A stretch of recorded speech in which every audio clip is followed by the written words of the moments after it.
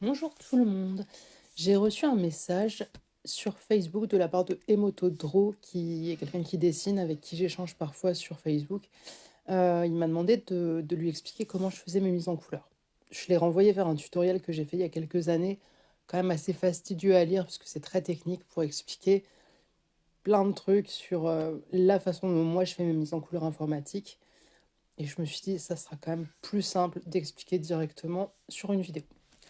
Du coup, je reprends cette image qui date d'avril 2024. Ça commence à dater un petit peu et j'ai jamais eu l'occasion de la mettre en couleur, donc c'est parti. C'est mon chien Nighty avec la robe de, voilà, je sais plus comment elle s'appelle, euh, une ancienne reine d'Angleterre dont je ne sais plus le nom. C'est pas très grave.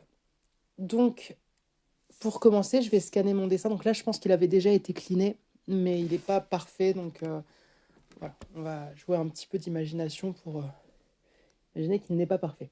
Donc d'emblée, essayez de scanner au moins en résolution 300 voire 600 selon ce que vous voulez faire avec votre dessin. Je vous conseille de garder une version neutre qui ne va plus bouger. Donc voilà, vous la cachez quelque part, vous la verrouillez, vous n'y touchez plus. Et on va travailler avec une version, d'autres versions comme ça, au cas où il se passe quoi que ce soit, j'ai toujours ma version de base. Alors, je vais pouvoir commencer par faire les niveaux. Je peux soit les faire directement, soit faire calque. C'est ici, calque, nouveau calque de réglage slash niveau. Alors là, je vais travailler sur Photoshop. Je ne connais pas le logiciel Procreate du tout. Donc voilà, Photoshop, c'est une version assez ancienne, mais les outils nécessaires restent, donc c'est très bien. Donc si vous travaillez sur un ordinateur portable, n'hésitez pas à pencher un petit peu l'écran en arrière, parce que parfois, on a l'impression que c'est propre, que c'est bien nettoyé, et en fait, il reste plein de petits débris grisâtres qu'on n'a pas envie de voir et qu'on ne peut pas voir selon l'inclinaison de l'écran. Voilà, donc là, ça a été très rapide parce que le dessin était sans doute déjà cliné. Donc mon exemple est moyen, c'est pas très grave. Je vais faire juste un autre exemple pour, imaginons, si vous avez fait donc votre dessin, c'est un original et vous l'avez fait sur un crayonné qui était en bleu. Je ne sais pas si encore beaucoup de gens font ça, mais c'était une technique qui était traditionnellement utilisée à une époque que moi personnellement j'utilise encore, donc pas forcément avec du bleu, mais en tout cas je fais mes crayonnés en couleur. Donc ça pourra toujours aider. Donc, voilà, je fais des traits, on s'en fiche un peu, c'est juste pour montrer comment retirer le bleu et cleaner le dessin. Hop, je vais les mettre en dessous.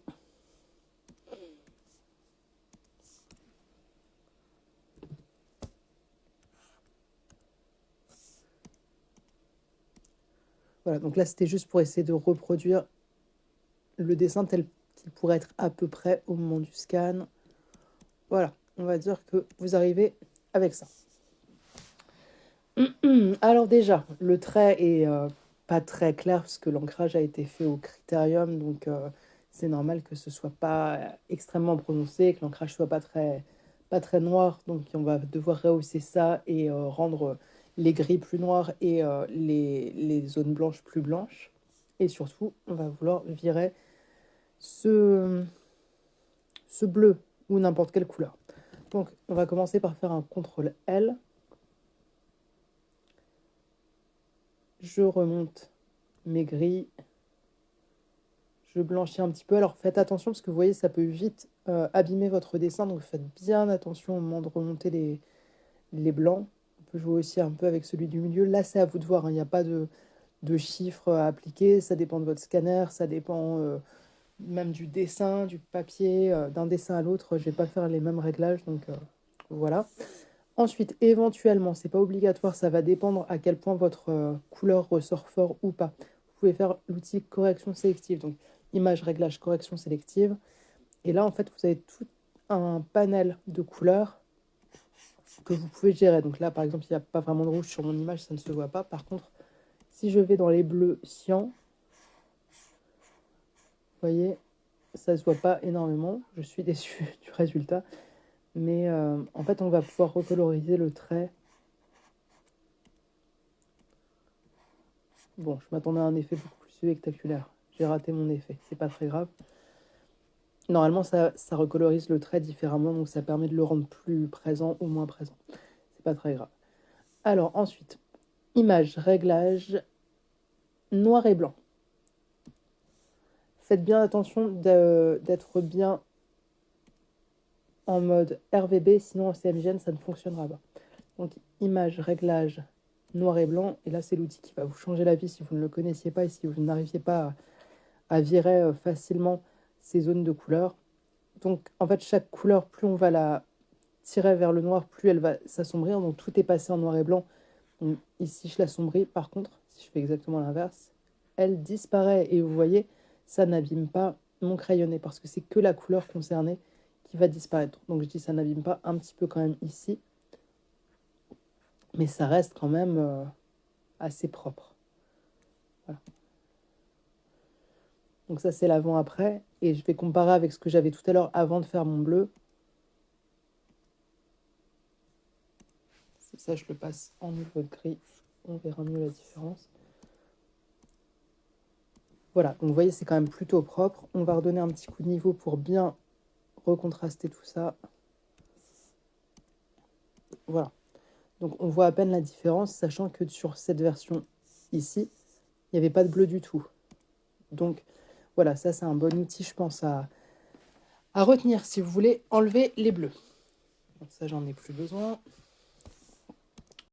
Ensuite, je vais vous montrer un truc qui peut potentiellement vous changer la vie, c'est le fait d'isoler le trait noir. Donc, au premier abord, peut-être que vous ne verrez pas trop l'intérêt, mais je vous jure que ça a vraiment plein d'avantages de faire ça pour la mise en couleur, mais aussi si vous voulez recoloriser le trait directement, ça peut vraiment vous changer la vie. Moi, j'avais appris ça peut-être vers 2011 ou 2012 via un site de tutoriel. Donc, il y avait des tutoriels gratuits et payants. Et ce tutoriel-là était gratuit. C'était sur le site de Wezibility, donc pour isoler le trait. Et vraiment, ça m'a changé la vie. Et à ma connaissance, il y a pas mal d'autres auteurs qui l'utilisent. Et je tiens quand même à rendre à César ce qui appartient à César. C'est vraiment grâce à Wezibility que je connais ce tutoriel personnellement. Et voilà. Alors, je suis sur mon calque d'ancrage. Donc, il faut vraiment que ce soit du noir et blanc, hein. Il n'y a pas de zone de couleur ou quoi. Je vais sur couche. J'appuie sur contrôle et en même temps, je clique sur RVB. Donc, il faut être sur une image en mode RVB. Je clique. Vous voyez, ça a fait une sélection. Je reviens sur calque. Là, je peux créer un nouveau calque. Et vous allez voir, si je fais édition, remplir, je vais faire couleur de premier plan pour que ce soit bien visible. Ça va me colorier tous les blancs. Vous allez me dire, c'est nul, ça ne sert à rien. Sauf que, du coup, là, c'est les blancs qui sont sélectionnés. Si je viens inverser tout ça, donc là, j'ai fait une sélection intervertir. Je l'ai fait directement au clavier. Et que là, je vais faire remplir noir. Ça vient me remplir uniquement mon ancrage. Ça paraît moche. Pourquoi? Tout simplement parce qu'il y a encore mon calque fusionné avec le fond blanc qui est derrière. Donc si je le masque, vous aurez votre trait isolé, donc sur un fond transparent. Quand il y a les petits quadrillages comme ça, les petits damiers, c'est que le fond est transparent. Je peux venir remettre un fond neutre derrière. Hop, en blanc. Et voilà. Donc, je renomme ancrage pour ne pas me perdre, parce que ça peut aller vite d'avoir 70 calques et de plus savoir où on en est. L'intérêt, du coup, c'est que mon ancrage ne va plus bouger. J'ai pas besoin de mettre une image en mode produit, que ce soit l'ancrage ou la couleur en dessous. Vous voyez là, je peux venir faire ma couleur, ça passe complètement sous les traits. Donc j'ai bien mis le calque en dessous, hein. Si je le mets au-dessus, forcément, c'est pas l'effet escompté. Donc en dessous, ça fonctionne bien, c'est super, c'est merveilleux. On a donc cet ancrage bien propre qui n'est pas du tout altéré. Bon, il est un peu pixelisé, j'avais plus de bonne résolution de cette image, mais c'est pas très grave. Et surtout, au-delà de cette mise en couleur classique, je vais pouvoir, comme je vous disais, recoloriser le trait. Donc par exemple, ici je viens verrouiller le trait. Donc là c'est pour verrouiller le calque. Donc là je ne peux plus y toucher, je ne peux plus rien faire dessus. Voilà. Par contre, si je viens verrouiller le trait, ça veut dire que je ne peux pas dépasser de mon trait. Donc ça me fait quelque chose comme ça. Ça peut être intéressant pour plein de choses, plein d'effets. Si vous voulez faire un personnage un peu fantomatique ou quoi, sans le rendre à moitié transparent et sans que les couleurs des calques du dessous jouent, ça peut être super pratique. Et surtout, il y a des gens parfois qui me demandent comment je fais quand je fais des dégradés sur sur mes dessins, juste sur l'ancrage. Ça va être de toute beauté avec les couleurs que j'ai choisies, mais c'est pas très grave. On comprend l'idée. Donc là, je viens choisir le dégradé que je veux, peu importe. Le calque est toujours verrouillé pour ne pas dépasser du trait. Voilà. Et voilà. Et du coup, ça ne prend en compte que votre ancrage et ça peut faire des effets vraiment sympathiques, vraiment intéressants. Vous pouvez aussi complètement le mettre en blanc sur fond noir. Ça peut faire super chouette selon ce que vous voulez faire avec.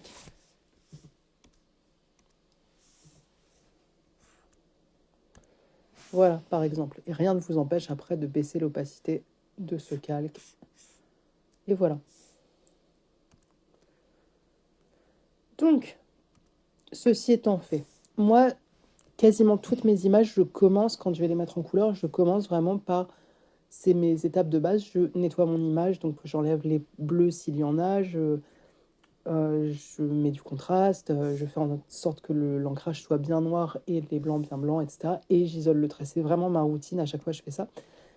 Alors, pour une mise en couleur classique maintenant, je ne vais pas avoir besoin de l'ancrage pour l'instant. Enfin, je veux dire, je ne vais pas avoir besoin d'y retoucher, donc je vais le masquer. Là, les calques que j'ai en trop, je vais venir les ranger dans un dossier pour pas que ça me gêne. J'appelle ça base, parce que après, moi, à chaque fois, j'ai 4000 calques et sinon, je ne m'y retrouve pas. Ça, je vais le verrouiller, le masquer comme ça, on n'y pense plus. Arrière-plan est verrouillé, l'arrière-plan est là. Ancrage est verrouillé et je vais faire un dossier que je vais appeler silhouette, où je vais faire les ombres chinoises des personnages ou des formes ou quoi que ce soit. Donc si c'est pour une planche de BD, je vais d'abord faire les silhouettes des personnages sur un calque, les personnages qui ne se touchent pas. Ensuite, je vais faire éventuellement les autres personnages s'il y en a vraiment beaucoup et qu'il y en a qui se touchent. Ensuite, je vais faire les objets. Ensuite, je vais faire les arrière-plans, etc., etc. L'idée, c'est vraiment de... Ça peut paraître complètement inutile comme phase, mais moi, je trouve qu'à long terme, ça me fait gagner du temps. Enfin, j'ai essayé beaucoup de techniques avant de faire ça et ça m'a vraiment changé la vie, en fait, de venir faire ces silhouettes. Donc, je prends du rouge tout simplement parce que c'est bien visible, hein. Vous pouvez prendre absolument n'importe quelle couleur, on s'en fiche, ça ne restera pas. L'idée, c'est vraiment juste de silhouetter. Et donc là, c'est parti. Je vais venir faire le contour de mon personnage en faisant attention de ne pas déborder. On m'a demandé aussi récemment c'est quoi l'intérêt d'une tablette graphique. Je pense que la personne était très déçue parce qu'il a dû s'en acheter une. Une tablette graphique, ça peut être un vrai investissement financier. Et en fait, une tablette graphique, l'intérêt, je vais vous montrer très simplement. Donc, c'est dans les options ici. On a plusieurs options. On peut avoir la dynamique de forme et on peut aussi avoir la pression de la pointe pour la couleur. Donc, c'est tout simplement selon si j'appuie plus ou moins fort, on a des pleins et des déliés que je peux régler. Je peux faire en sorte qu'ils soient encore plus étroits et encore plus épais selon comment j'ai réglé mon truc.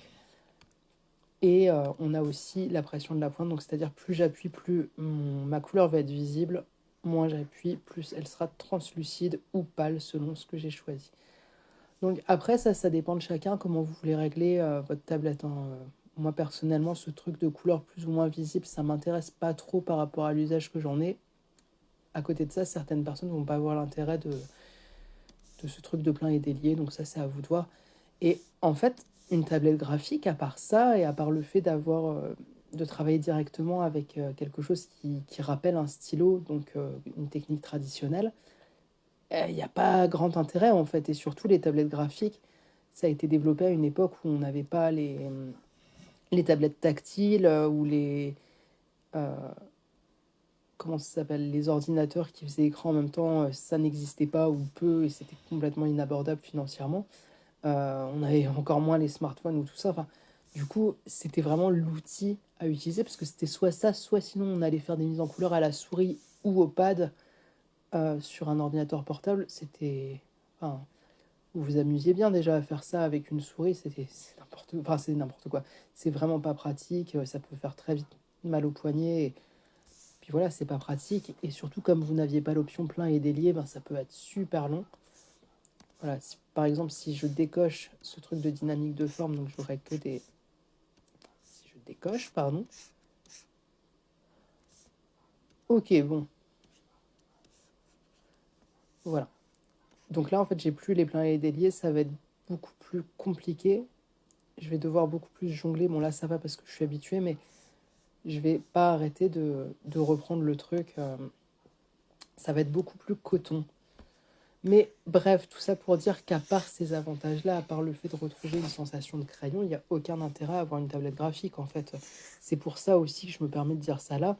Des gens, surtout des gens qui débutent, qui vont acheter une tablette de grande marque. Alors, faut mieux, moi je conseille personnellement d'acheter une tablette de la marque Wacom parce elles sont qualitatives, et pour en avoir essayé de sous-marque quand j'ai commencé à utiliser des tablettes graphiques, ça n'a rien à voir. C'est-à-dire que j'avais l'habitude que mes stylets se cassent en deux, littéralement, hein. Et voilà, et ça ne m'est jamais arrivé avec une Wacom, et j'imagine même pas que ça puisse arriver, tellement la matière est résistante. Par contre, au sein de Wacom, il y a plein de marques de sous-branches différentes, donc notamment la Bamboo Pen and Touch, qui est un peu vendue comme un truc fait pour les enfants, alors qu'en fait ça reste une tablette. Moi, pendant des années, j'ai fait mes mises en couleur avec cette tablette bambou.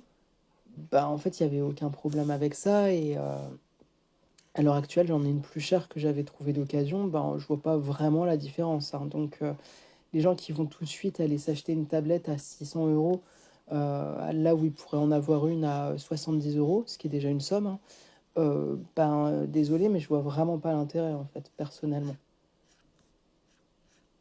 Donc, bon, voilà. Et surtout, en fait, il y a énormément de tablettes qu'on peut trouver d'occasion, parce que beaucoup de gens, justement, les achètent en pensant que ça va être un peu un outil magique, ouais, si j'ai une tablette, je vais bien dessiner avec. Alors qu'en fait, voilà, c'est vraiment pas un truc pour apprendre à dessiner ou quoi que ce soit, ou qui va. C'est pas un outil magique, c'est juste pour permettre d'avoir un accès, une espèce de reconstitution de papier et de crayon via un ordinateur. En fait, il y a à peu près rien d'autre. Donc, bref. Ce long monologue pour dire, si vous faites pas de mise en couleur informatique ni de dessin informatique, je vois pas l'intérêt d'acheter une tablette.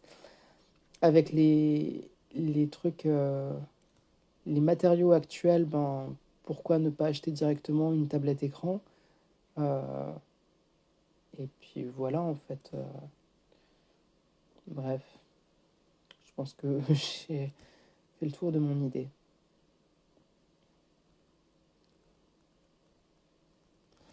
Bon, donc là, je finis mon détourage. Donc, comme vous voyez, ça peut être super long. Et là encore, le personnage n'a pas grand-chose qui dépasse, en fait. Ses bras sont rangés, etc. Bon, là, il y a la dentelle qui vient un petit peu me prendre du temps, mais ça va. Mais c'est pas rare que juste pour faire ce détourage-là, je passe une bonne dizaine de minutes par personnage. Donc voilà, c'est un peu fastidieux. Faites autre chose en même temps, regarder un film ou écouter de la musique ou des podcasts, parce que vraiment, on va pas utiliser beaucoup de cerveau en faisant ça, hein. Ou alors prenez ça comme un exercice méditatif, mais c'est pas non plus le truc ni le plus intellectuel, ni le plus épanouissant du monde, à mon sens, cette partie-là. Mais bon, faut que ce soit fait. Alors, quand c'est fait, technique de ninja, parce qu'avant je prenais le pot de peinture, je faisais wouh. Non, ça marche pas. Je sais pas, il doit y avoir un trou quelque part. Voilà, il est là-haut. Mon effet est complètement raté. Voilà, donc je faisais wouhou, cette fois ça marche. Donc avec le pixel contigu coché. Mais regardez comme c'est bien fait, il reste une ligne blanche. Et si vous recliquez un coup pour épaissir votre zone, ça va fonctionner, la ligne blanche est remplie, sauf que regardez ce petit truc dégueulasse que ça vient de nous faire, qu'on n'avait pas 2 minutes avant. Regardez, c'est bien propre, on a fait attention de ne pas déborder, et là, bang!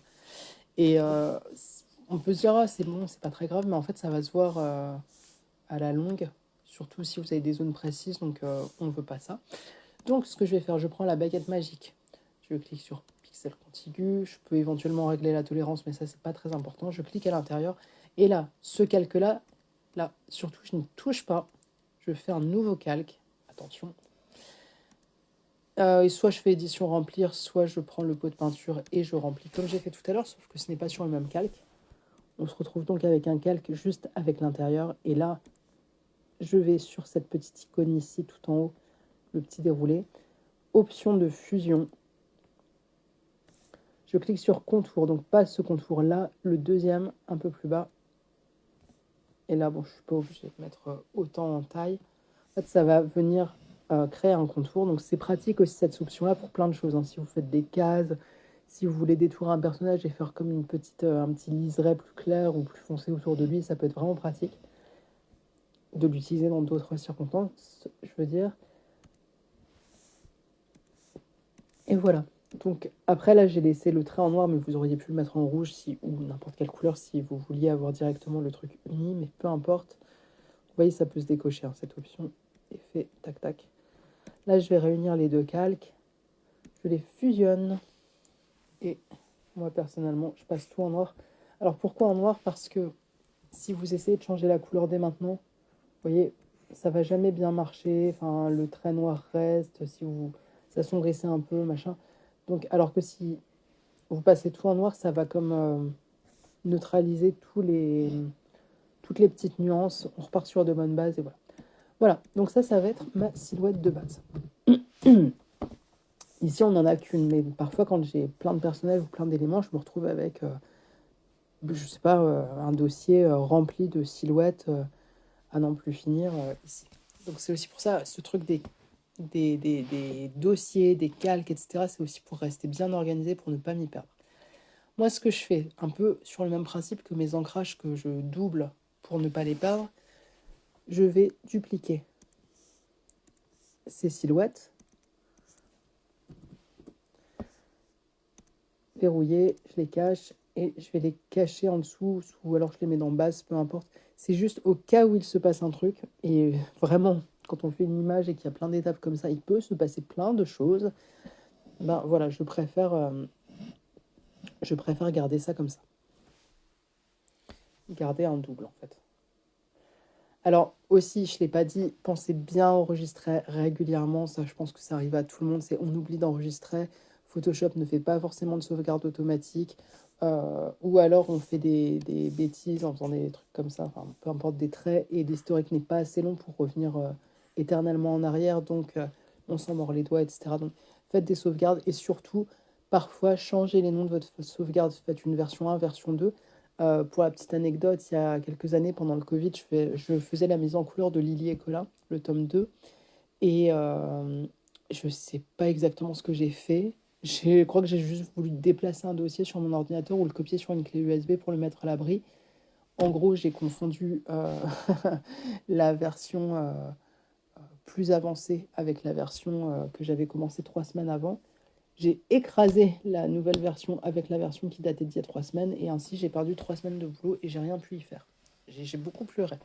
Donc voilà, faites bien attention aux sauvegardes, c'est important.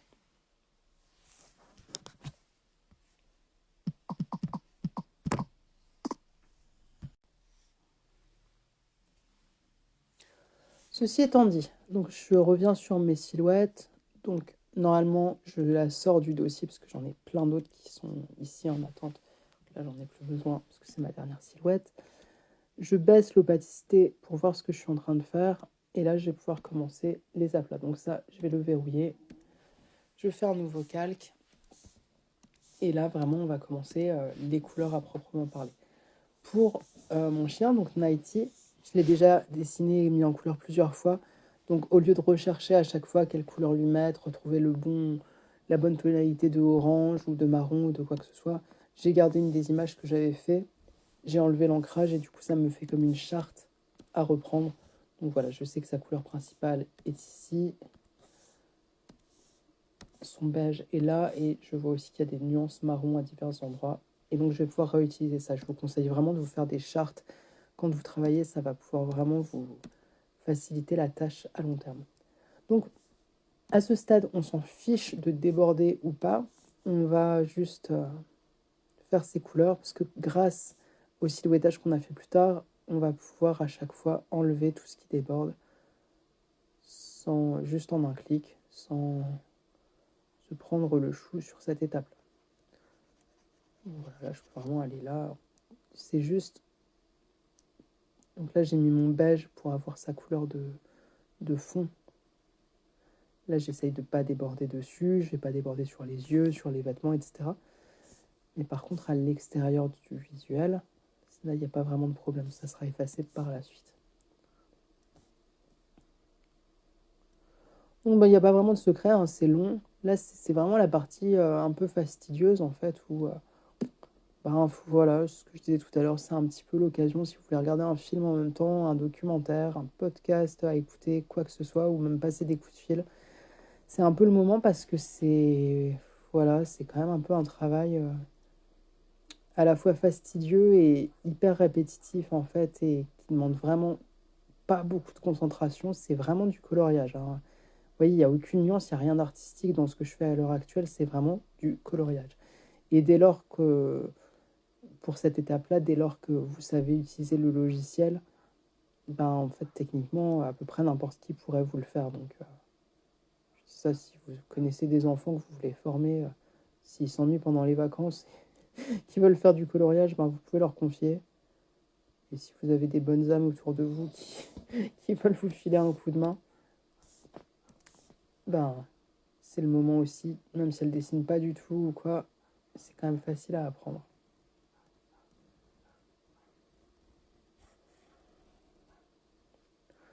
Donc là, je vais couper hein, parce que ça va être hyper long. Ah mince, j'ai pas fait attention à l'œil. C'est pas très grave. J'ai un gommé du coup, tout simplement. Voilà, donc ben, je vais couper et puis je reprends quand j'aurai un petit peu avancé.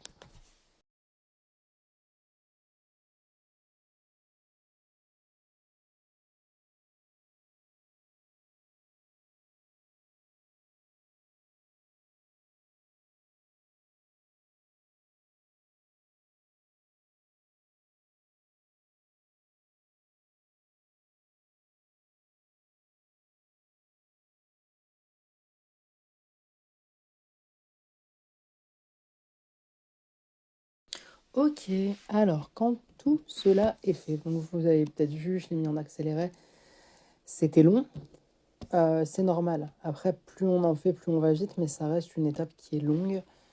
C'est fait à la main, bien que ce soit à l'ordinateur, vous avez bien vu, je dessine à la main, je, je peins, on peut dire ça, donc voilà, c'est normal que ce soit long et un peu fastidieux. Donc c'est aussi l'occasion de choisir des couleurs. Vous allez pouvoir, si vous le souhaitez, utiliser des... Parfois, au lieu de choisir une couleur telle quelle, on peut, si on tâtonne, qu'on ne sait pas exactement ce qu'on peut faire, on peut utiliser l'opacité et le fond, donc comme je viens de faire à l'instant, pour choisir en me disant, bah, tiens, ça c'est pas mal. Euh, à la fin, toutes ces couleurs vont être fusionnées potentiellement. Donc là, c'est pas très grave en fait, c'est pas une zone importante ou quoi, donc ça peut rester comme ça. J'en profite aussi, je voulais dire, il y a plusieurs petites notes mentales qui me sont venues depuis tout à l'heure. Essayez de... Alors c'est un conseil que je ne donne pas du tout en dessin, bien au contraire, je dis toujours en dessin, essayez d'avoir des belles lignes bien continues et de ne pas faire ça. Des petits morceaux de traits tout moches, ça fait vraiment pas beaucoup pour un ancrage.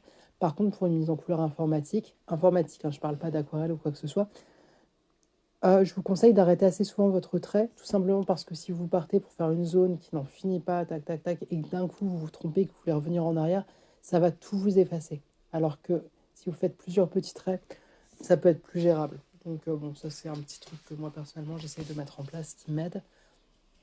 Ensuite, alors là j'ai eu un petit truc technique un peu ballot. En fait c'est cette manche, donc pour la trouver, je vais chercher comme ça, donc voilà, ça doit être le calque 5. cette manche, en fait, je me suis rendu compte que des deux côtés, l'ancrage fait que le bras est apparent. Donc je pense qu'à la base, j'avais voulu faire un effet de transparence. Donc je vais changer un petit peu ça. Pour l'instant, je vais le masquer. Je vais faire un calque juste en dessous. On va tricher un petit peu. Normalement, j'aurais dû aller faire quelque chose au niveau de la peau. Mais bon, là, on va faire un petit coup de triche. Et je vais aller coloriser la zone où on voit le bras. Donc là, ici sur le ruban, je veux pas que... Enfin, je veux que la zone du ruban soit opaque. Mais là où c'est censé être transparent, je vais venir coloriser. Vous voyez aussi qu'à chaque fois, pour l'instant, tout est sur un calque à part. Ça peut potentiellement faire ramener votre ordinateur selon sur quel genre de document vous travaillez et selon la taille de votre image. Donc là, j'ai pas vraiment de solution. Forcément, le fait de fusionner, ça va pomper moins d'énergie sur votre ordinateur. Mais des fois, c'est bien de ne pas fusionner trop tôt. Je sais pas trop quoi dire du coup. Va falloir composer comme on peut. Pardon. Donc là, j'ai fait le bras. Je peux refaire encore un calque en dessous. Donc imaginons que cette partie de la manche est translucide. Donc, je vais pouvoir voir aussi un petit peu la robe de derrière.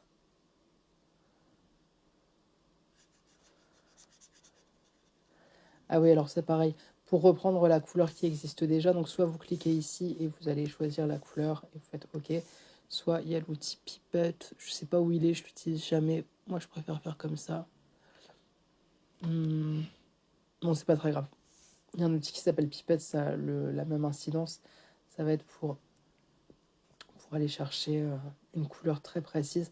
Parfois, la couleur peut être altérée par l'ancrage. Donc, des fois, n'hésitez pas à masquer pour bien prendre la bonne couleur et pas avoir un truc légèrement grisé à cause de l'ancrage ou légèrement biaisé.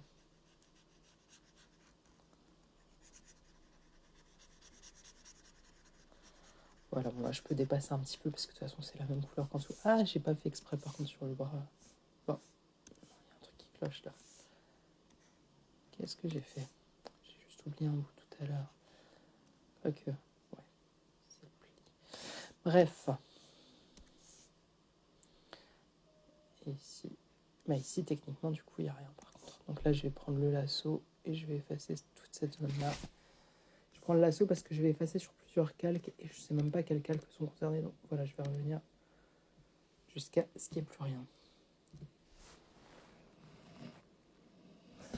Bon, c'est un peu rageant parce que quand on s'approche de l'image, c'est assez courant quand même de voir que des fois, on a des petits oublis, des petits ratés, donc comme ici. Donc là, c'est à vous de voir. Hein. Si vous voulez quelque chose d'hyper précis, vous pouvez revenir dessus. Après, si c'est quelque chose que vous devez faire urgemment ou que le personnage est vraiment vu en petit, etc., bon, bah, c'est à vous de voir si vous venez rafistoler tout ça ou pas. Parce que ça se verra. En fait, l'ordinateur, ça a tendance à rendre un petit peu maniaque. Parce que comme on peut zoomer à l'infini, retoucher à l'infini, des fois, on veut un peu trop s'y attarder. Et du coup, quand les gens à chaque fois disent travailler à l'ordinateur, ça va beaucoup plus vite que en technique traditionnelle à l'aquarelle par exemple ou quoi. Moi j'émets vraiment des réserves parce que ça dépend de plein de trucs, ça dépend des gens, ça dépend d'à quel point vous êtes maniaque ou pas. Et on peut revenir dessus à l'infini, donc ça peut être plus pratique à manier que des couleurs traditionnelles. Mais le côté plus rapide, vraiment, moi je suis pas du tout convaincue et je l'ai jamais été. Alors, donc je reviens à mon histoire de transparence. Donc je vais prendre le calque ici. Ces zones-là vont rester pleines, mais ces manches ici vont être transparentes. Donc je vais venir les sélectionner. Ici, on a plusieurs possibilités. Soit on a cette case-là qui fait que je sélectionne et à chaque fois, ça désélectionne ce que je venais de sélectionner, ça resélectionne à nouveau. Soit celle-ci, on peut sélectionner plein de choses en même temps. Ici, c'est pour désélectionner des morceaux. Et ici, c'est pour sélectionner à l'intérieur d'une sélection. Voilà. Du coup, où est-ce que j'en étais? Voilà, je vais prendre mes manches. Hop. Ah, je me suis trompée.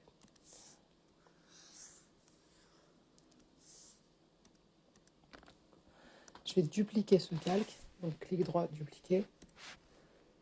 Ici, sur l'un des deux, j'enlève les manches. Sur l'autre, j'inverse la sélection. Voilà, donc là, pour l'instant, on ne voit pas la différence. Mais voilà, ici, on a les manches du bas, du haut, pardon. Ici, on a les manches du bas.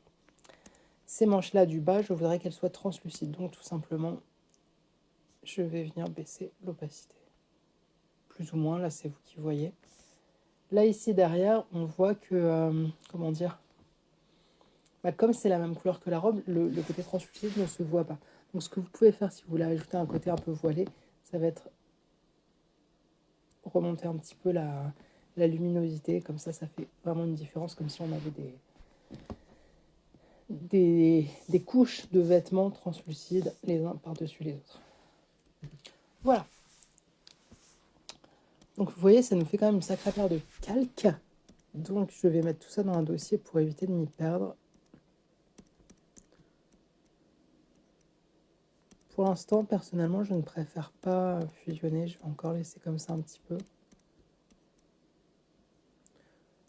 La silhouette, je la laisse à part. Pour l'instant, j'en ai pas besoin. Elle est toujours là. Ensuite, on va venir à la partie un petit peu moins à plat. Donc, mettre un petit peu de nuance dans tout ça. Donc là, je viens chercher. Donc, Nighty, elle va avoir le contour des yeux plus sombre. Ici, la bouche. Je vais prendre cette couleur-là, la plus sombre, et je vais baisser l'opacité pour pouvoir avoir ce petit effet de dégradé un peu peint. Voilà, j'avais commencé à le faire, on peut voir ici. Je fais un nouveau calque par-dessus, au cas où. Je suis pas obligée, mais c'est une sécurité. Comme ça, si je me trompe, si j'ai donné trop de coups de pinceau pour revenir en arrière, ben voilà, mon dessin n'est pas foutu. Bon, je vais baisser plus l'opacité parce que là, on voit pas assez la différence. Voilà. Je peux aussi jouer avec le flux. Le flux, ça va me faire un... Je ne saurais pas exactement comment décrire ça. Voilà, c'est un peu comme si ça allait faire en sorte que mon trait... en fait, quand il repasse sur lui-même, voilà, on voit une épaisseur. Alors que si je ne change pas le flux qui reste à 100%, vous voyez là, même si l'opacité baisse, sur un même trait, on ne voit pas la différence. Alors qu'ici, ça va se repasser un petit peu. Il y a plus de... Ah, je ne trouve pas mes mots. C'est pas très grave. Donc tout ça, pareil, j'ai pas besoin de l'effacer pour l'instant. On s'en fiche un peu. Ça sera réutilisé plus tard. Ici, j'aimerais bien que, comme il y a eu ces petits traits d'ancrage sur le nez, que ça vienne un peu au-dessus. Donc pareil, je baisse l'opacité, je baisse le flux, et je viens un peu recoloriser. Voilà. Là, ça commence à devenir un peu plus artistique, entre guillemets. Vous voyez, je passe plusieurs fois, je tâtonne, je fais des ébauches. Ça devient... Enfin voilà, on n'est plus sur de l'aplat un peu bête et méchant. Ça devient quand même un peu plus réfléchi ce que je suis en train de faire.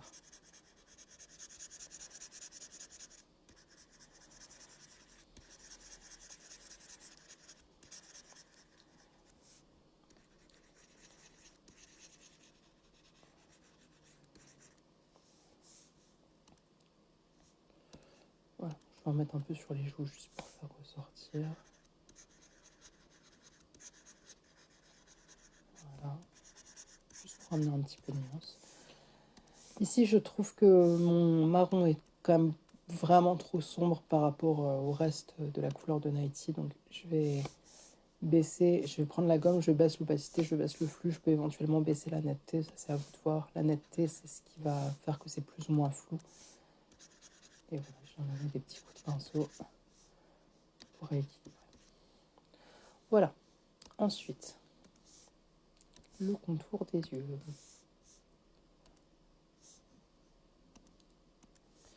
Donc là, éventuellement, vous pouvez le faire en dessous. Parce que le... Ah oui, non, je dis une bêtise. Pardon, j'ai rien dit. Le contour des yeux, il est quand même beaucoup plus marqué. Donc là, je risque fort de déborder sur les yeux. Voilà, comme ça, c'est fait. Au moins, c'est clair. on va tout simplement aller gommer après.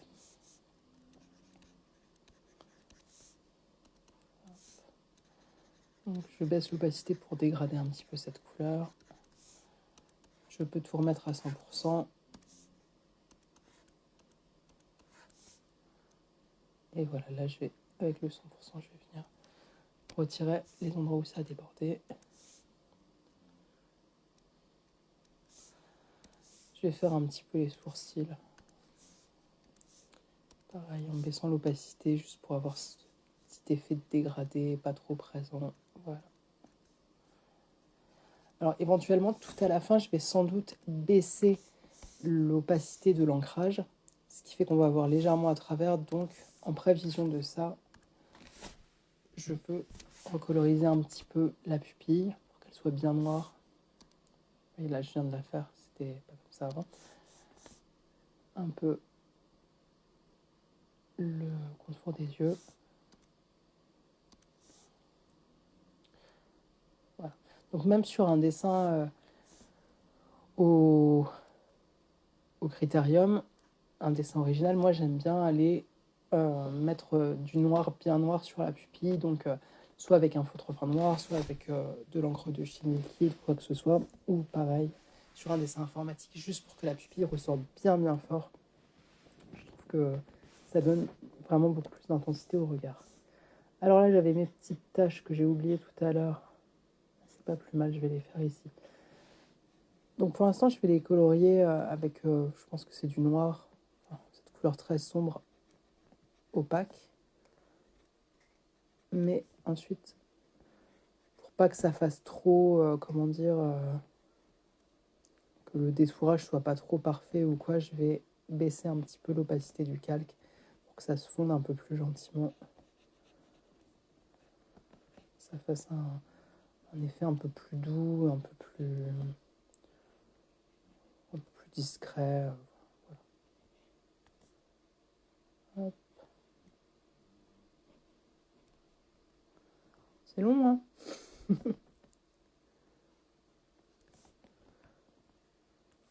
Pour ça, à chaque fois, pourquoi tu mets pas plus souvent en couleur tes dessins? Parce que pour un dessin où je passe 20 ou 30 minutes, je passe entre 1h30 et 2h30 ou plus de mise en couleur. Donc forcément, je préfère juste dessiner.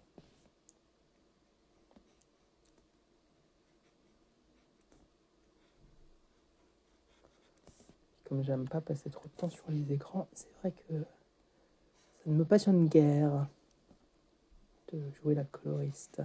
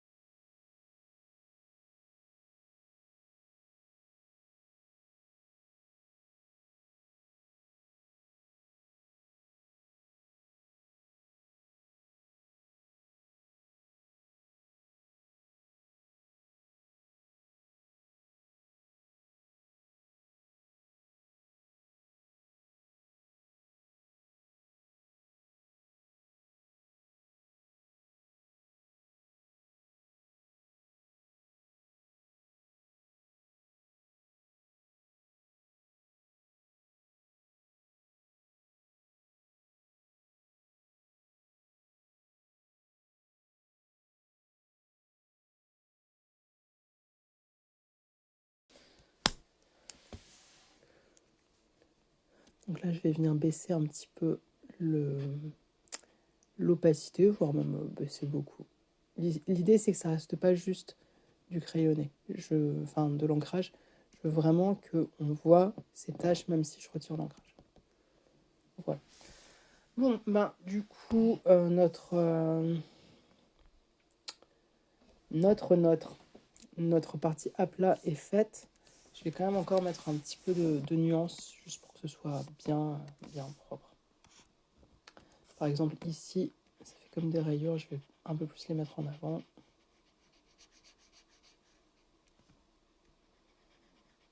Là, je peux dépasser, je vais resélectionner juste la partie de cette espèce de colle pour... comment dire? Enfin, voilà, je vais la sélectionner et ensuite je vais effacer ce qui dépasse.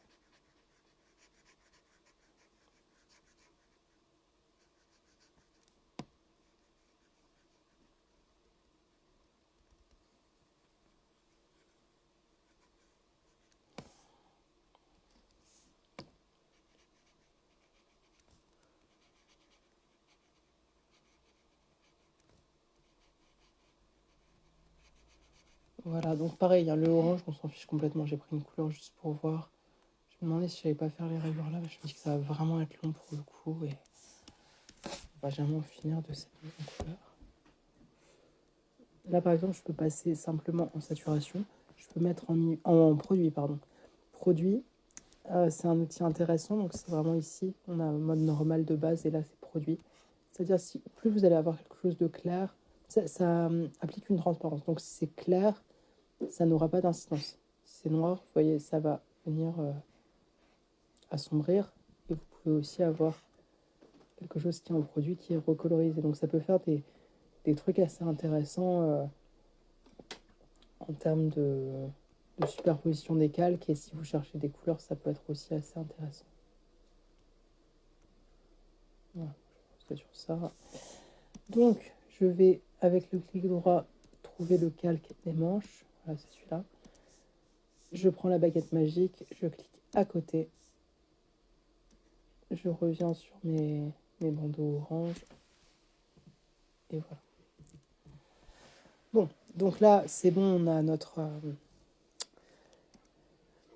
bon dossier d'aplat. Ça change tout. Là, maintenant, je vais pouvoir aller sur la silhouette que j'avais fait tout à l'heure. Donc, je la fais réapparaître, sinon je pense que je ne pourrais pas sélectionner. On enlève le pixel contigu. Donc, ici, ça ne changera rien, mais c'est juste au cas où. Si, par exemple, il y avait eu une zone neutre entre le bras et la taille, c'est pour bien que ça sélectionne tout et qu'on efface tout. Donc, voilà, ça va faire la sélection. Et là, soit je fusionne tout, mais au cas où, peut-être que j'en aurai encore besoin. Donc, dans ces cas-là, je vais aller calque par calque, effacer. Donc je me mets juste sur le calque et je clique sur supprimer. Et ça va venir effacer tout ce qui dépasse de ma sélection, c'est-à-dire de la silhouette que j'ai créée tout à l'heure. Tada! Et voilà. Ah, ça fait mal aux yeux d'un coup, ce blanc. Voilà, donc ça change vraiment la tête du personnage. La silhouette, vous pouvez la laisser visible ou pas, c'est comme vous voulez. C'est juste si votre calque n'est pas parfaitement transparent, ça va pouvoir, comme ici, ça va gêner un petit peu... quoi que ce soit pas. Ça peut gêner un petit peu votre dessin. Voilà, donc ça c'était pour la partie à plat. Donc je me répète un petit peu, mais c'est pas la partie la plus artistique. Là, on a quand même fait quelques petites nuances, mais sinon, c'est quand même quelque chose qui peut être à la portée de tout le monde, même si vous voulez pas faire de l'art après, ça va être dans le choix des couleurs. C'est vraiment propre à chacun. Pour moi, quand je fais une commande aussi ou que je travaille avec un éditeur, je présente les aplats toujours pour qu'on soit un peu d'accord sur les couleurs. Si par exemple, il me dit, mais en fait, si je ne voyais pas du tout ça comme ça, la robe, je la voyais rouge, par exemple, c'est à ce moment-là qu'on va pouvoir changer les choses.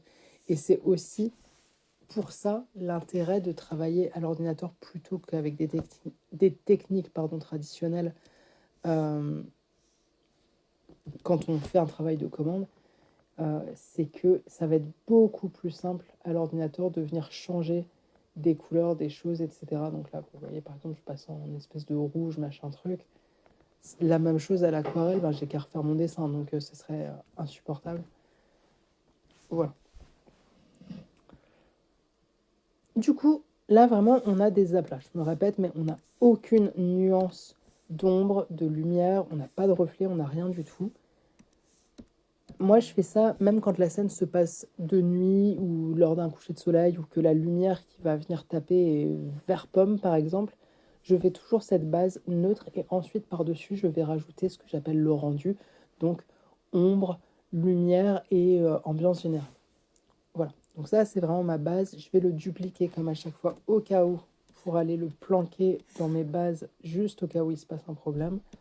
Ce calque-là, je le verrouille. Ces calques-là, éventuellement, je peux aussi les mettre dans les bases, j'en ai plus vraiment besoin. Donc, je peux aussi le renommer. Hop là.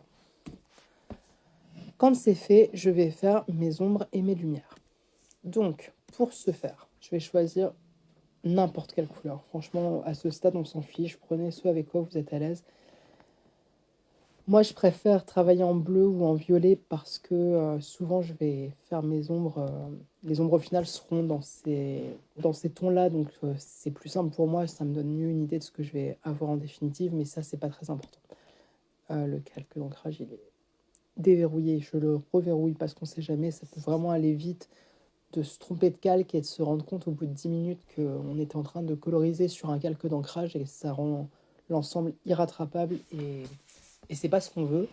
Et des fois, on a tellement cliqué qu'on ne peut pas revenir en arrière et c'est vraiment pas des moments agréables dans ces cas.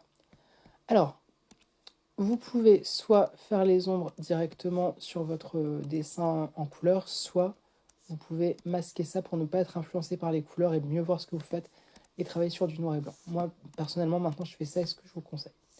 Alors, déjà, on va décider d'où vient la lumière. Est-ce qu'elle vient d'en bas à gauche? Est-ce qu'elle vient d'en haut à gauche? Est-ce qu'elle vient d'en haut à droite, en bas à droite, etc. Ça va aider à se dire, bon voilà, si le soleil tape comme ça, techniquement, ça veut dire que mes ombres, très grossièrement, elles vont être ici.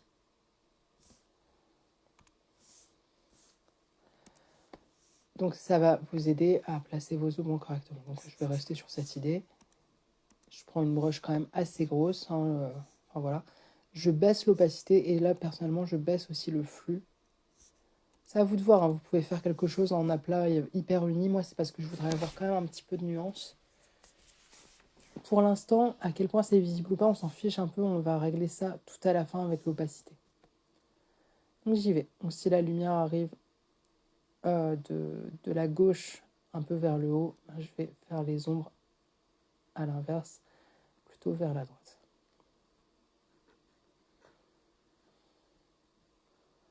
On y va un peu franchement, enfin j'essaye quand même de faire ça proprement dans le sens où je déborde pas trop, mais vous voyez, je fais quand même des grosses zones. Comment dire, un des problèmes quand on met en couleur et qu'on est amateur, c'est qu'on a tendance à vouloir faire des petits détails. Par exemple, là, sur la pâte, ça aurait été pareil pour des doigts d'humain, je vais aller faire chaque petit truc. Et je vais faire, oh, voilà, là, il doit y avoir une ombre. Et là... Et en fait, ça, c'est vraiment, vraiment un truc hyper amateur. Le prenez pas mal, hein, je l'ai fait aussi. Mais mes dessins ont vraiment changé le jour où on m'a fait remarquer que ça n'allait pas. En fait, une ombre, c'est une globalité. C'est comme quand on fait des cheveux, on réfléchit en masse. L'ombre, elle va vraiment venir taper un grand coup sur tout un côté de l'objet ou du corps. Elle va pas... Bien sûr, ça peut faire des petits détails ou quoi, mais ce sera quand même, votre dessin sera quand même beaucoup plus efficace si vous réfléchissez plus dans une globalité comme ça, plutôt que d'aller essayer de faire des petits bouts de détails qui, en fait, dans la réalité, ça ne fonctionne pas vraiment comme ça. Vous pouvez aussi vous entraîner d'après photo, hein. Ça, c'est toujours un excellent exercice de s'entraîner d'après des vrais modèles, donc que ce soit des photos ou des, des modèles vivants ou dans la nature ou quoi que ce soit. Vraiment, en tout cas, pas faire de tête. Parce que on n'est pas là pour faire un concours d'éloquence ou quoi que ce soit. Enfin, c'est pas... c'est pas important en fait de dire ouais, moi je sais faire tout ça de tête, j'ai retenu, machin, on s'en fiche un peu, hein. L'idée c'est quand même d'apprendre et de faire quelque chose de bien. Je sais que c'est vachement valorisé dans le dessin de dire waouh, on fait ça sans modèle, incroyable, mais en fait on s'en fiche.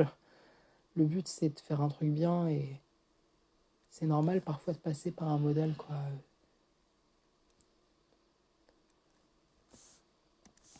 Sinon sans modèle c'est un peu un coup à faire n'importe quoi et à s'habituer à faire des erreurs et à jamais en prendre conscience. Là, comme mon flux et l'opacité ne sont pas à 100%, j'essaye de ne pas relever mon stylet, ce qui est assez inconfortable, hein, je ne vais pas mentir, parce que sinon ça va venir faire des couches et des couches qui vont se superposer les unes sur les autres. Voilà. Après, la couleur, une fois de plus, même la façon dont je pose mes ombres, ça va être un truc propre à chacun en fait. Là, moi, je fais comme ça. Je pense que si je donne le même dessin à un collègue en disant fais les ombres et les lumières avec cette même flèche pour dire la lumière vient d'ici, c'est fort possible qu'ici il n'ait pas fait les mêmes choix que moi, etc. Mais bon, ça, c'est pas très important. À ce stade, moi personnellement, donc j'insiste, c'est ma technique. Je vais prendre la gomme, je baisse l'opacité, je baisse le flux, je vais aussi baisser un petit peu la dureté, donc ça c'est la netteté, et je vais venir adoucir un petit peu certains contours. Surtout là, entre les deux yeux, je veux qu'il y ait une ombre, mais je veux pas non plus qu'elle soit trop visible parce que les ombres vont sculpter aussi votre dessin et j'ai pas envie qu'on ait l'impression que ce visage, cette partie-là, soit hyper renfoncée. C'est pas mon souhait. Donc là, vous gérez, hein, vous pouvez baisser l'opacité. C'est juste de faire un truc propre, de pas avoir trop vous savez, des petites traînasses comme ça. On essaye en fait, contrairement à ce qu'on pourrait penser, c'est un peu contre-intuitif, mais on va essayer de pas trop mettre de nuances. Ça peut vite faire vraiment moche informatiquement quand on veut en faire des caisses. Et en plus, c'est pas votre dessin et que vous êtes coloriste, ça peut être assez mal vécu par un dessinateur que vous vouliez trop mettre de la nuance dans son dessin parce que vous resculptez tout et ça peut changer carrément ses traits.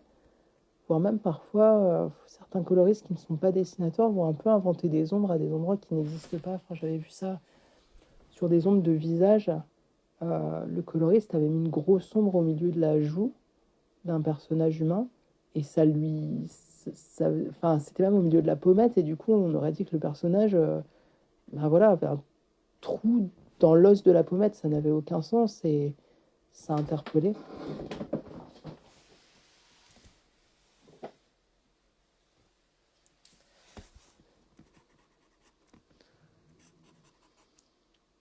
Voilà, là c'est juste pour adoucir un petit peu, pour quelque chose de moins tranché. Voilà.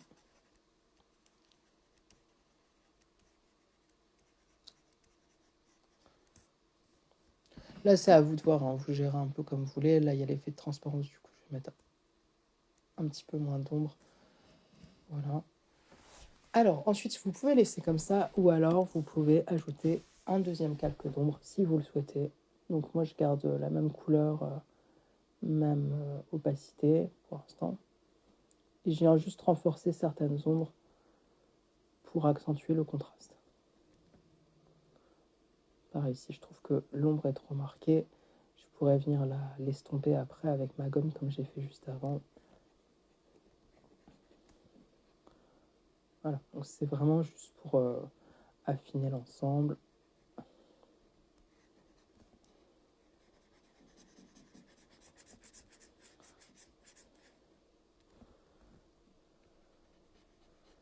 Hop, voilà. Et là, je remets encore. Je pense que c'est pas mal comme ça, éventuellement ici. Voilà, là, je vais venir encore estomper un petit peu. Je trouve que c'est trop... La différence est trop nette. Là aussi, je vais mettre un pinceau un peu plus gros. Je vais mettre un peu plus d'opacité. Voilà. Alors après, le flou sur les mises en couleur, il y a vraiment des périodes, en fait. À une époque, c'était super mal vu. Fallait vraiment colorier avec des trucs très nets parce que le flou était associé au premiers essais de mise en couleur informatique dans les années 90. Du coup, c'était associé à quelque chose qui faisait cheap. J'ai l'impression que maintenant, c'est...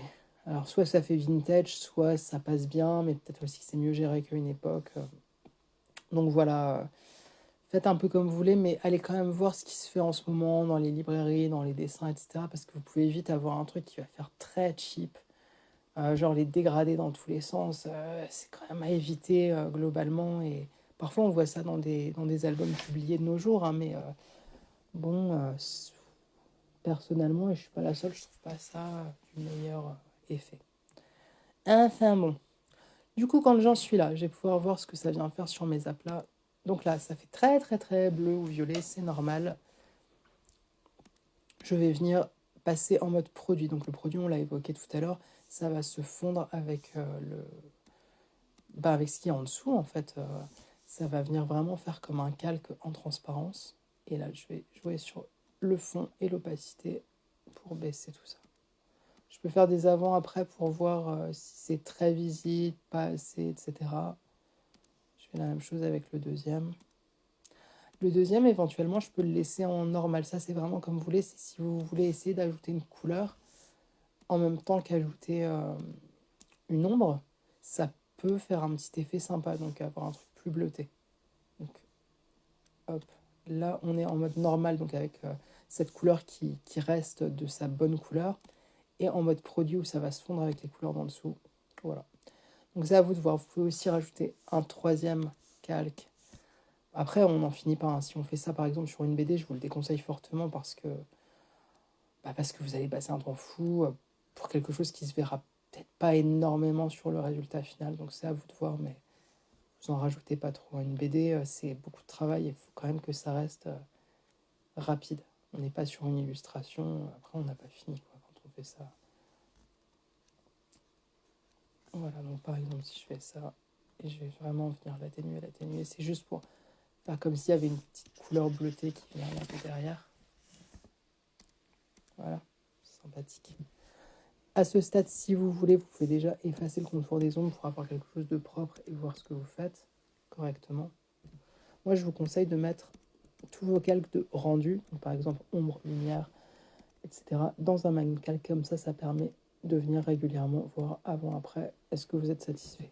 Ça permet aussi, si vous voulez baisser l'opacité de tous les calques d'un coup, de le faire. Voilà, ça c'est à vous de voir. Ensuite, quand c'est fait, c'est pas du tout obligatoire. Vous pouvez ajouter un calque de lumière. Donc pareil, je vais prendre une couleur assez visible. Je dis que c'est pas obligatoire parce que souvent ça se voit pas tant que ça, sauf si c'est une scène de nuit ou un peu dans une semi-pénombre. Et ça fait quand même une étape en plus qui reste un peu longue. Donc franchement, si vous voulez pas le faire, ben, c'est vraiment pas une obligation. De toute façon, rien n'est une obligation, hein. Vous pouvez complètement laisser en aplat, mais moi personnellement, je trouve que ajouter des ombres et des lumières, ça change vraiment tout.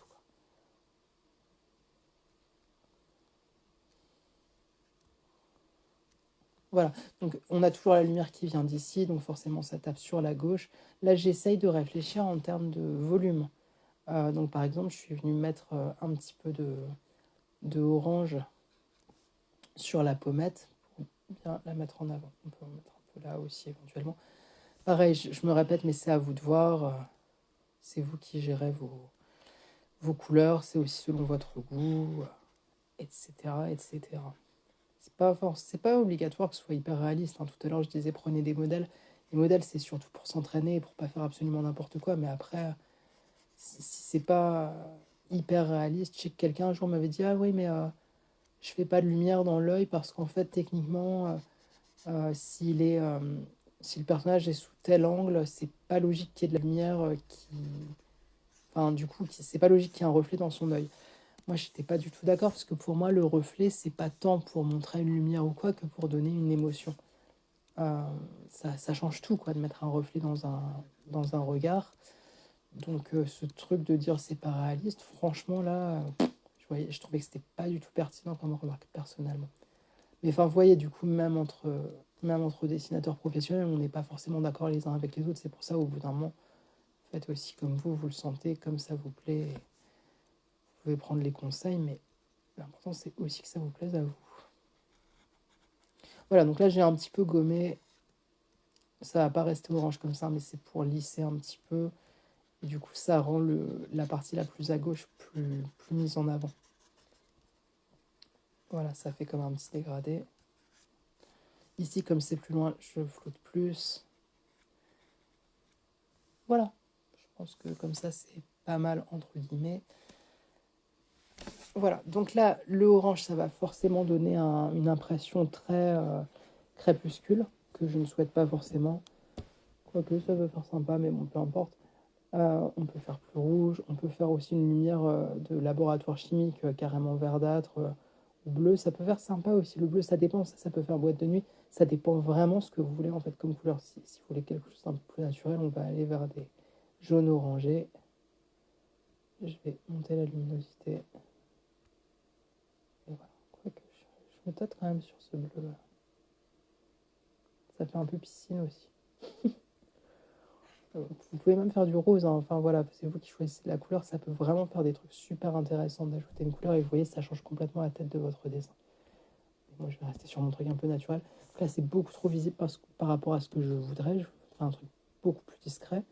Plus la surface de base va être pâle, moins on verra votre lumière, ce qui peut parfois être très frustrant. Et à côté de ça, plus la surface de base va être sombre, plus on verra votre lumière. Et des fois, c'est beaucoup trop par rapport à ce que vous voulez. Donc, n'hésitez pas à venir aussi retoucher. Là, vous voyez, sur le visage, on voit quasiment rien. Et à côté de ça, sur la robe, je trouve qu'on voit beaucoup trop. Donc, n'hésitez pas à venir retoucher au cas par cas. Voilà. Et pourquoi pas, éventuellement, dupliquer pour renforcer certaines zones.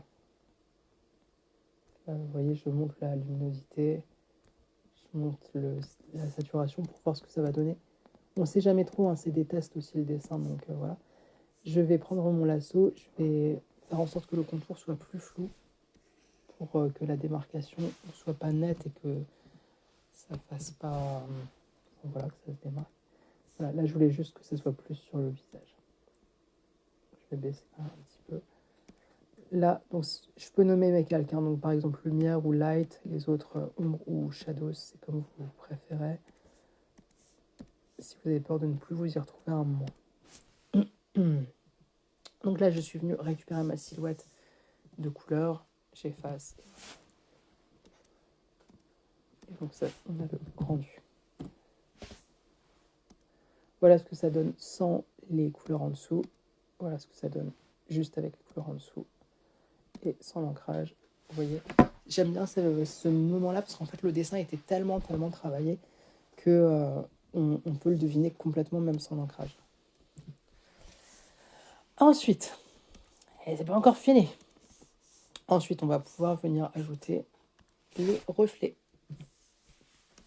Donc, je fais encore un nouveau calque. Là, c'est à vous de voir. Moi, maintenant, je fais souvent 2 couches. Donc, je les mets à opacité et flux 100%.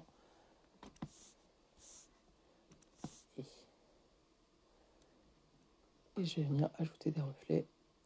Et pour l'instant, je les mets à 100%, mais quitte à les retravailler plus tard, en fait, enfin, à baisser l'opacité du calque. C'est quoi ça ?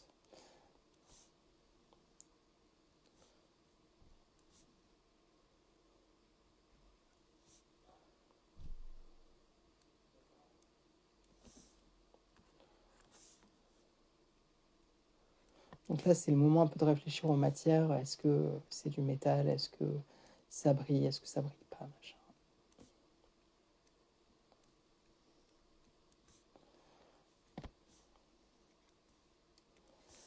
Voilà. Donc toutes ces petites taches blanches que je viens de faire, globalement, elles vont rester très visibles. Je vais quand même baisser un petit peu. Ouais. Maintenant, je vais en refaire un autre parce que je voudrais vraiment que les reflets des yeux soient parfaitement blancs. Là, j'aimerais qu'il y ait un petit peu plus de contraste sur cette perle. Ici aussi. Voilà, ça pour l'instant, je vais plus trop y toucher. Quoique le petit museau là, je trouve le reflet un peu trop marqué. Ensuite, si c'était un humain, souvent je vais aller mettre un petit peu de reflet sur les joues que j'estompe après, sur la bouche aussi, etc. Là, je vais pas le faire. Maintenant, les vêtements. Donc, vous voyez l'intérêt aussi de noter les calques, de les nommer, pardon, parce que là, je commence vraiment à m'y perdre à force d'en rajouter dans tous les sens. C'est pas grave. Là, pour les vêtements, j'aimerais un effet un petit peu irisé. Non, c'est pas ça le terme. Je ne saurais retrouver le terme, mais tant pis. J'aimerais un effet que je ne sais pas nommer. Super. Donc, bref, je vais faire en sorte que mon reflet soit légèrement flou. Donc, pour l'instant, le reflet est très visible. Rien ne nous empêchera de le rendre beaucoup moins visible par la suite. Donc, ici, on peut faire le reflet soit dans ce sens-là sur la manche, soit dans ce sens-là. Là, c'est comme vous voulez. J'insiste, hein, c'est toujours... je radote, mais c'est à vous de voir, c'est votre dessin. Et d'une personne à l'autre, on ne va pas le faire du tout de la même manière. Si je reviens une deuxième fois, vous voyez, avec l'opacité, ça va créer une zone plus blanche. Donc, vous pouvez aussi l'utiliser pour essayer de faire des liserés. Vous pouvez venir là où la lumière était censée taper vers la gauche pour relever aussi ce côté lumière, quoi, tout simplement. Vous pouvez aussi essayer de montrer certaines matières grâce à cette brillance. Ça va vraiment avoir une incidence ici. On peut venir faire quelque chose comme ça. On peut venir là aussi. Et comme tout à l'heure, on va pouvoir prendre la gomme pour ajouter de la nuance, faire exactement ce qu'on veut. Voilà, là je voulais que ce soit très discret.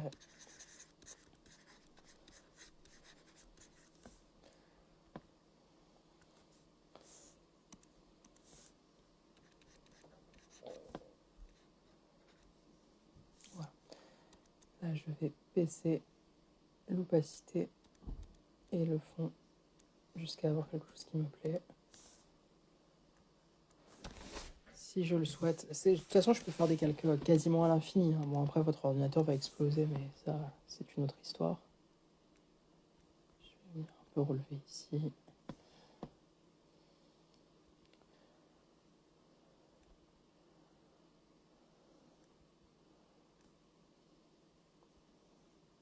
Voilà.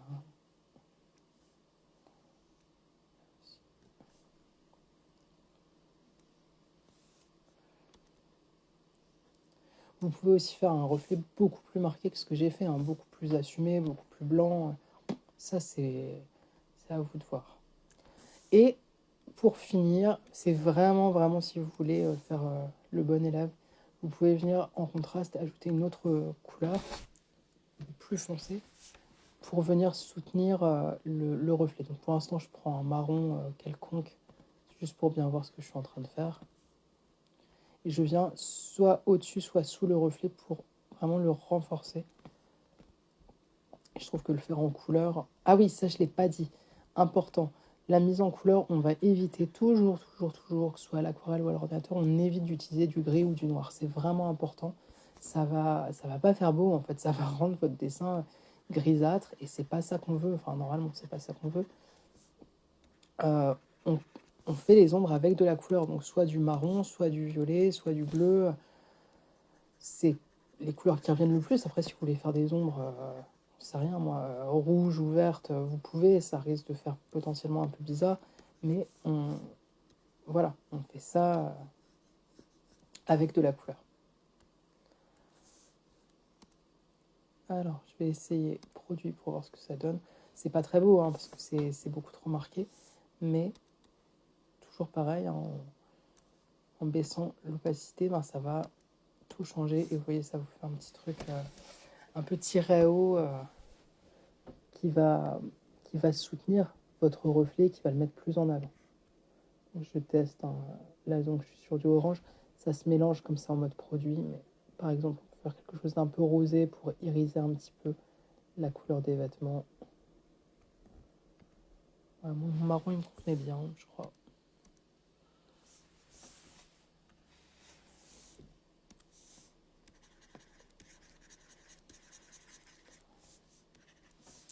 Voilà. Je vais pouvoir encore, vous voyez tous les calques de rendu que j'ai, je vais pouvoir encore aller chercher ma silhouette pour effacer tout ce qui dépasse. Donc je sais plus où j'en étais, c'est pas très grave, je reprends tous les calques, j'efface. Voilà, c'est tout propre.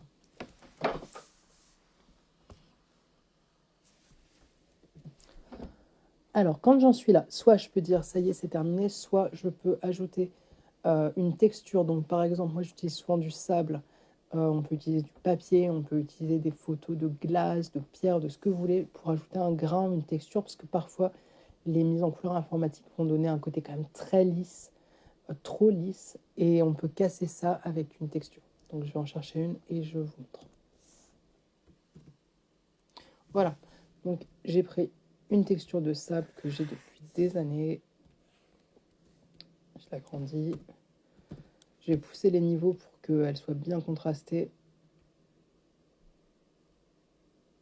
Voilà, elle est très jaune. Je peux aussi la redéfinir. Donc redéfinir, c'est pour changer les couleurs. Voilà, ça va faire une couleur unie. Pas du tout pareil que si... Mon exemple n'est pas bon. Normalement, quand on utilise teinte, s'il y a plusieurs teintes, vous pouvez vous retrouver avec, par exemple, une photo, vous jouez sur les teintes, la peau des personnages va devenir verte, leurs cheveux vont devenir orange et leur pull bleu turquoise. Redéfinir, ça va tout mettre sur une seule couleur. Bref, donc là, je vais juste baisser la saturation. Je passe en mode produit. C'est très visible hein, quand même.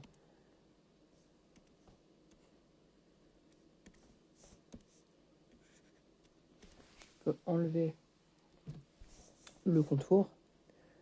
Et là, si je baisse l'opacité, ça va. C'est toujours le jeu, hein, ça va faire quelque chose de beaucoup plus discret. Si vous le mettez sous les reflets et sous la lumière, ça va d'autant plus faire ressortir les reflets et la lumière qui seront plus contrastés, tout simplement.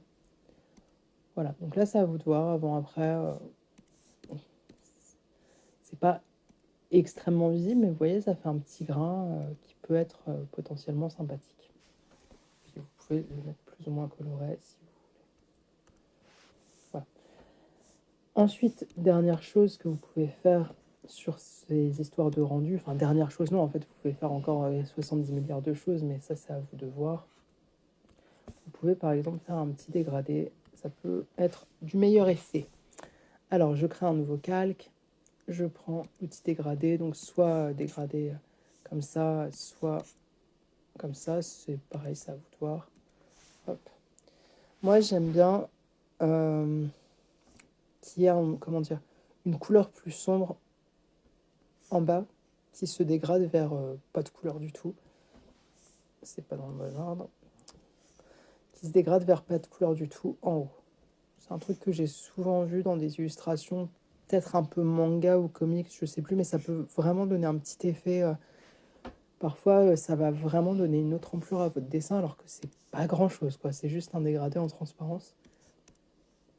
Voilà, toujours pareil, je vais chercher ma silhouette, j'enlève. Là, comme c'est en blanc et que c'est en mode normal, enfin blanc et violet, ça vient repasser. Mais, toujours pareil, produit. Et je baisse l'opacité. Voilà. Ça peut être très discret ou très visible, hein, c'est à vous de voir, mais voilà, si c'est un peu rouge, moi je trouve vraiment que ça vient ajouter un petit truc, ou un peu vert, enfin là, ça vient ajouter une dimension assez particulière, ça change le truc. Comme ça. Je vais baisser un petit peu l'opacité, je trouve ça un petit peu trop visible quand même. Vous voyez, ça vient vraiment changer les couleurs, ça vient donner plus de profondeur. Et j'en profite, j'ai une idée aussi d'un autre truc que je vous ai pas montré. Donc, pour n'importe quelle forme, mais là je le montre avec le dégradé, vous pouvez faire CTRL-T pour attraper l'ensemble de votre image. Donc là, vous pouvez redimensionner à loisir, c'est très pratique. Et surtout, vous pouvez faire clic droit, déformation. Et là, ça peut vous changer la vie. Ça imite des vecteurs et vous allez pouvoir vraiment bouger votre image. Ça peut être super pratique. Donc là, mon dégradé, je peux le positionner autrement. C'est pour l'exemple. Mais ce que je peux faire aussi... comment je vais faire? Par exemple, j'ai mon image en aplat. CTRL-T, clic droit, déformation. Voilà. Donc là, vous allez me dire, mais ça sert à rien ce que tu es en train de faire. Oui, c'est vrai. Mais par exemple, imaginons que mon personnage était mal proportionné. Je me dis, je voudrais donner un style et que la tête soit très grosse.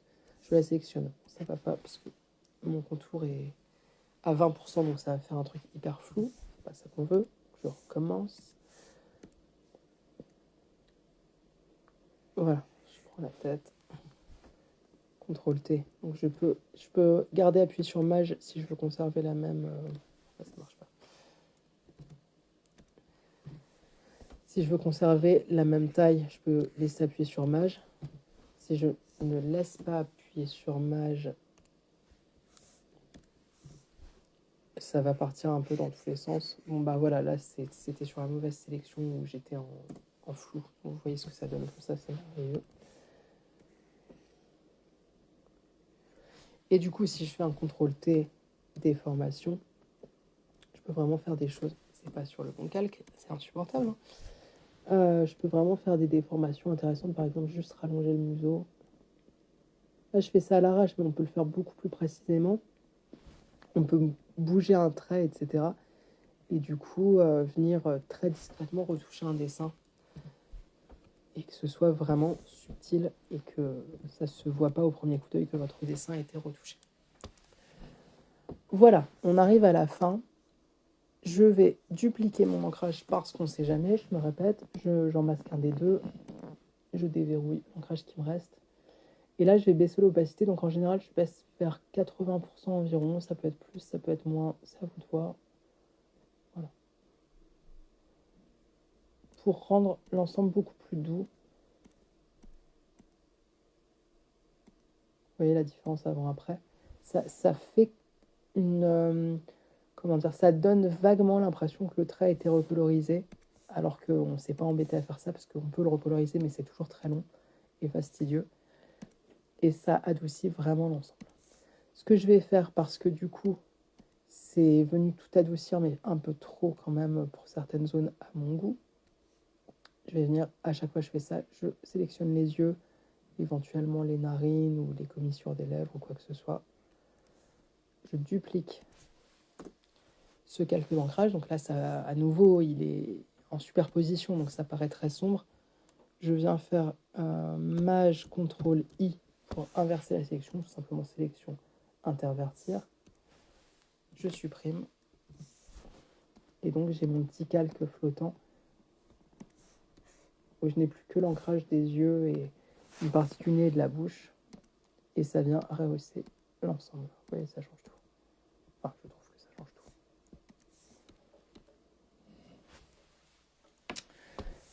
Dernière chose, promis, après on a fini. Je me remets au niveau des rendus. Je prends mon lasso. Je vais faire en sorte que le contour soit progressif. Donc, c'est ce qu'on a vu tout à l'heure. Donc, par exemple, à 30, 40, 50, 60%, c'est à vous de voir. C'est aussi selon la taille de votre dessin.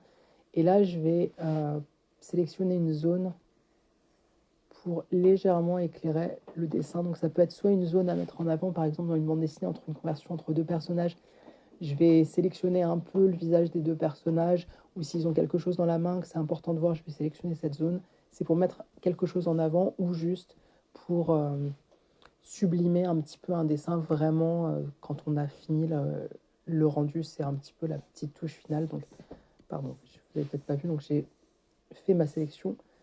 Je voudrais que mon réglage, donc ça va être des niveaux, s'applique à tout ce qui est en dessous.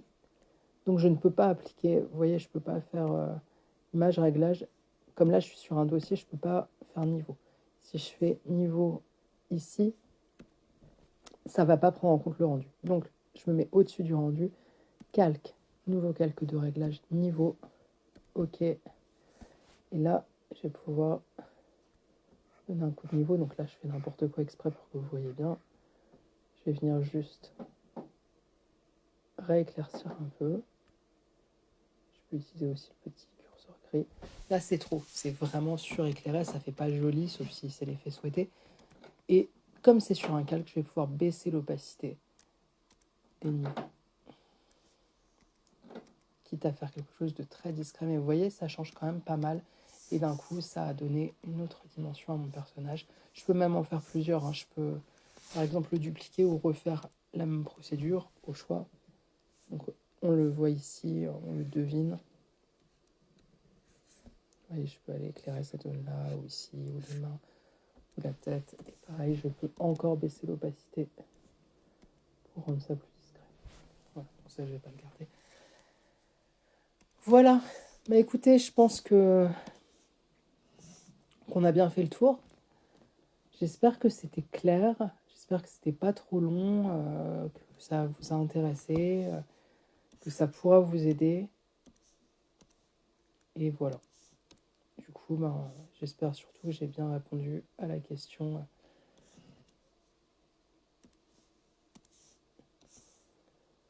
À la question de comment est-ce que je fais mes couleurs, est-ce que tu peux m'apprendre là? Je pense que je peux difficilement faire plus clair.